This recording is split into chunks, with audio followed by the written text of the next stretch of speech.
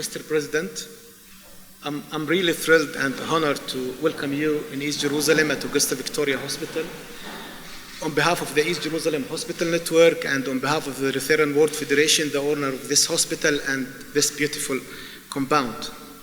Your gesture, Mr. President, is very important to the Palestinian people in East Jerusalem and throughout the West Bank and Gaza, and especially for the East Jerusalem Hospital Network.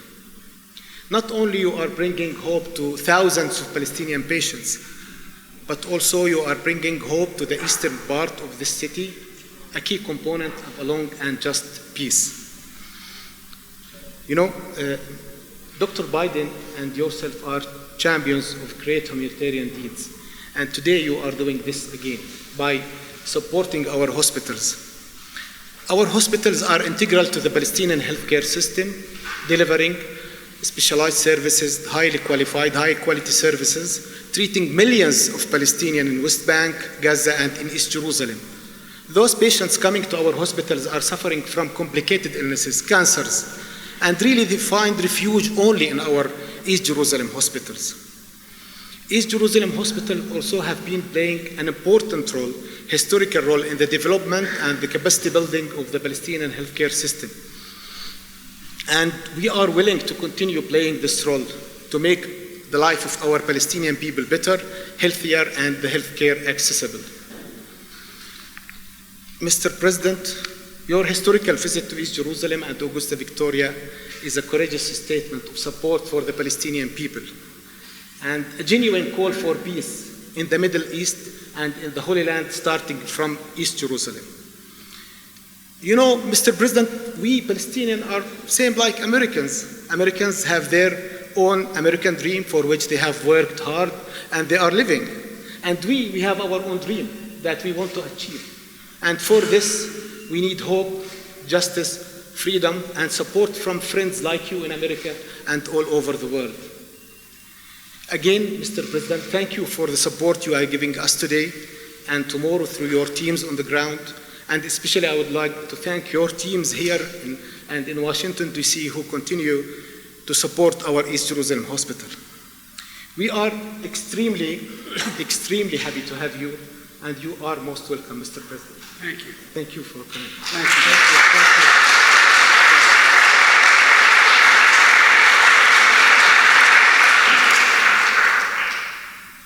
you. My name is Joe Biden. I am Jill Biden's husband. She has been here twice before me. And before I began, I'd like to say that, you know, the old expression, hope springs eternal.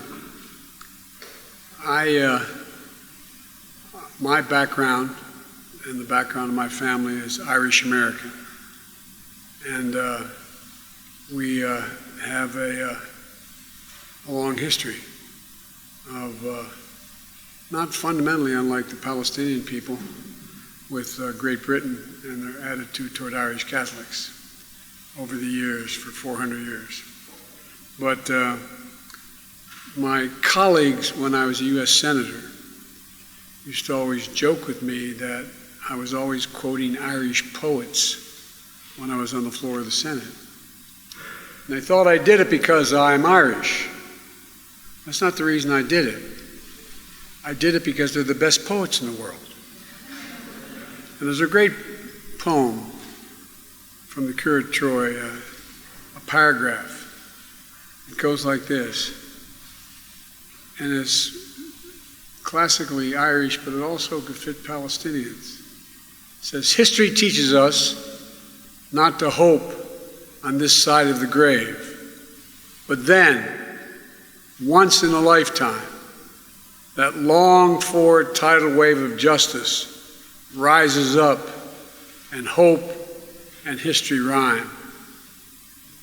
Hope and history rhyme. It is my prayer that we're reaching one of those moments where hope and history rhyme. Are there any nurses in the room? Because if they're not, I'm going home. If there are any angels in heaven, No, I'm doing this sincerely from the bottom of my heart. My wife and daughter were killed, and my boys were trapped in a vehicle for 3 hours when a tractor trailer hit them. The doctors saved their lives, but the nurses made them want to live, cared for them every day, knew when they were ready, when they weren't ready. I was making a speech, and I had a terrible headache. Excuse me, a terrible headache. And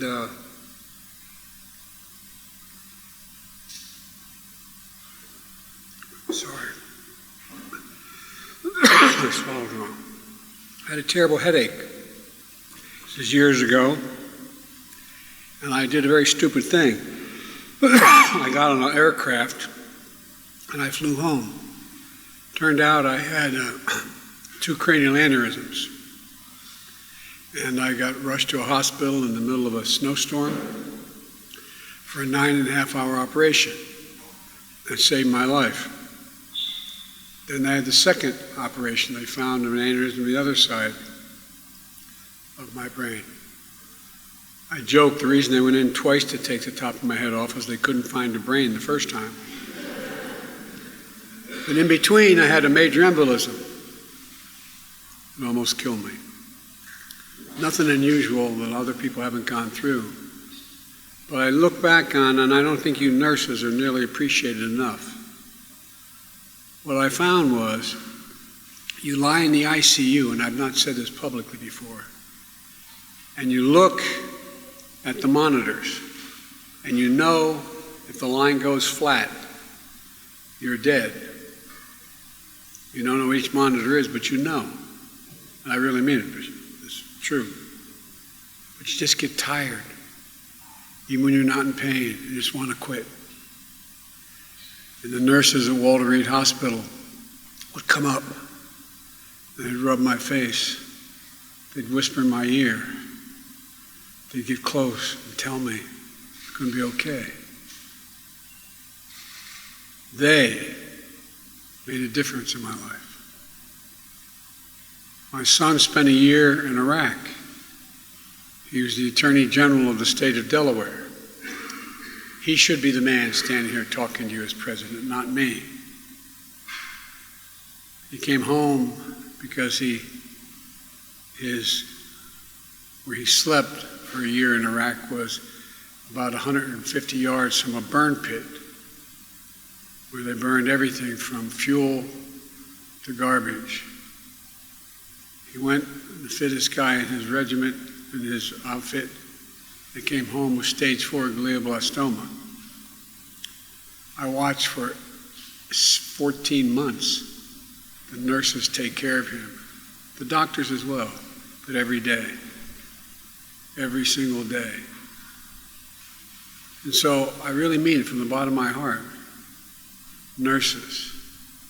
Doctors are critical. I'm not in any way diminishing the role of the doctor. But nurses. Nurses give you as much hope, male and female, as anybody else does.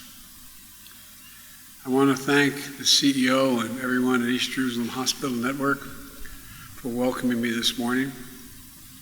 This is the first time I had the opportunity to see for myself the outstanding work that you do here that I've heard about for such a long time. My wife Jill visited in both 2010 and 2016, and I'm honored to be able to see firsthand the service and the quality of care you provide the Palestinian people. These hospitals are the backbone of the Palestinian healthcare system. People turn to you in their moment of need, as you well know, with their children who are sick, with a loved one who's injured. When they get that cancer diagnosis, the most feared word, I think, in all languages is when the doctor looks at you and says, it's cancer. They don't know what to do. You not only care for them, you guide them. It's the same people all over the world. In that moment, all that matters is you have someone that you can turn to and radiates hope and help. That's why the United States, through the Agency for International Development, has been proud to support this network of hospitals with $85 million since 2014. It's part of our commitment to support health and dignity for the Palestinian people. Maybe the most overused word in the English language for the Irish is dignity. My dad used to say, everyone, no matter what their circumstance, is entitled to be treated with dignity. Dignity. And dealing with the COVID-19 pandemic took a hard toll here, as it did in so many communities around the world. So today, I'm pleased to announce the United States is committing an additional $100 million to support these hospitals, your staffs, and that work for the Palestinian people. This is a multi-year commitment in both resources and expertise. When I was vice president, I asked the president, then Barack Obama, I asked him whether or not I could start what we called a cancer moonshot. I visited every major cancer hospital in the world, with one exception, and I mean it literally. Because there's so much we're just on the edge of being able to discern. We're so close, dealing with so many cancers. When I got elected president, I announced that one of my goals was to change cancer as we know it. So it was no longer viewed by many people as it is, as a death sentence, but as a disease that can either be cured or lived with. And we started this cancer moonshot with billions of dollars at home. Within our National Institute of Health, I set up a provision where, like within the Defense Department, there's a special office. In the Defense Department, it's nothing but looking at breaking technologies, whether it's just across the board. That's where the internet came from. Well, I'm doing the same thing at the National Institute of Health, just focusing on cancer, period. This one provision. It represents our investment in the future, as hopefully this $100 million will generate other large contributions from other countries, focusing on the health of the Palestinian people, so they'll continue to have access to the best available care. So they know they have somewhere to turn for help. They have navigators that can help them through the process.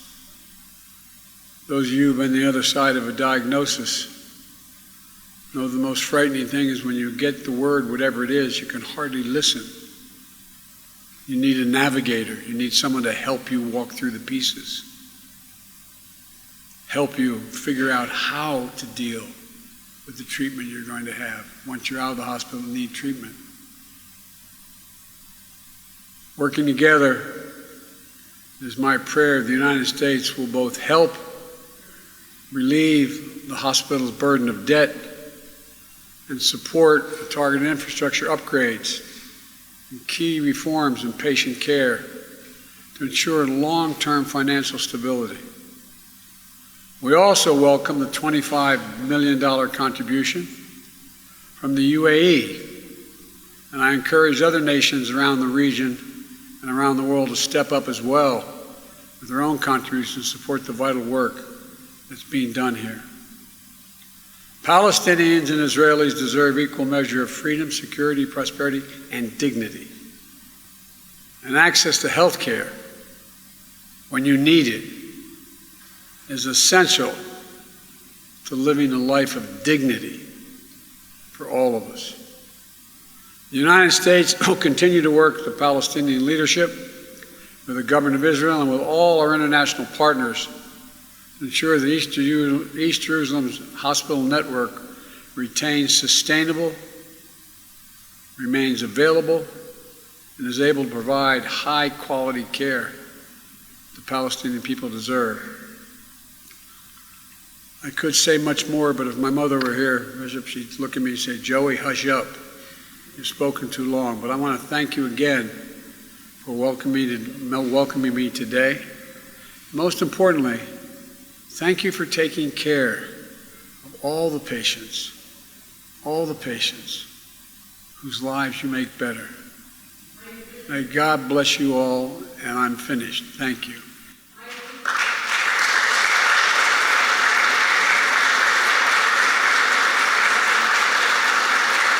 If you have a question about hospitals and answers, if you don't, I'll do it privately.